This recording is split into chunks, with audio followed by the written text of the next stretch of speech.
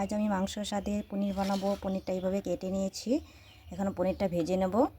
জন্য নিয়েছি মশলা, এখানে আদা, রসুন, পেঁয়াজ, কাঁচা লঙ্কা পেস্ট করে নিয়েছি।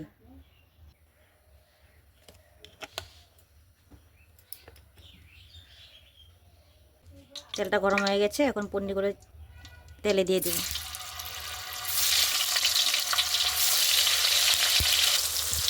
পনিরটা এক সাইড ভাজা হয়ে গেছে, এখন উল্টে দেব। পনিরটা বেশি ভাজবো না, ভাজা হয়ে গেছে, এখন নামিয়ে নেব।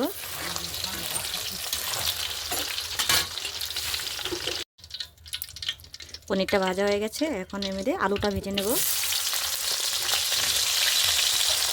আলুটা ওইভাবে কেটে নিয়েছি ছোটো ছোটো করে। আলুটাও ভাজা হয়ে গেছে, এখন নামিয়ে নেব।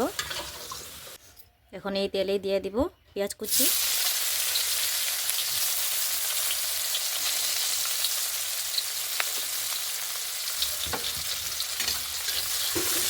পেঁয়াজটা হালকা করে ভেজে নেব। এর মধ্যে দিয়ে দেবো টমেটো কুচি,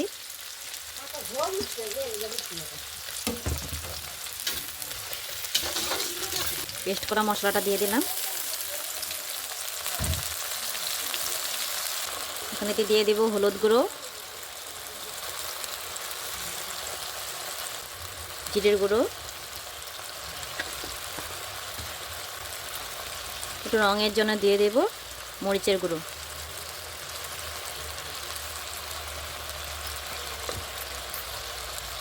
এখন ভালো করে মশলাটাকে কষিয়ে নেব।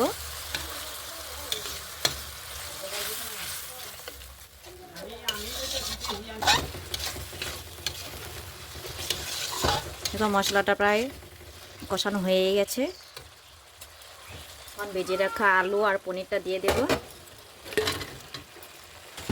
এখন আর 1 মিনিট ভেজে নেব মশলাটা, পনিরটা, আলুটা।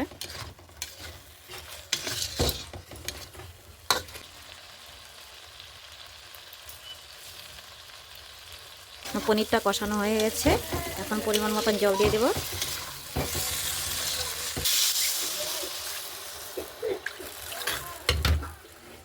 পরিমাণ মতন জল দিয়ে দিয়েছি।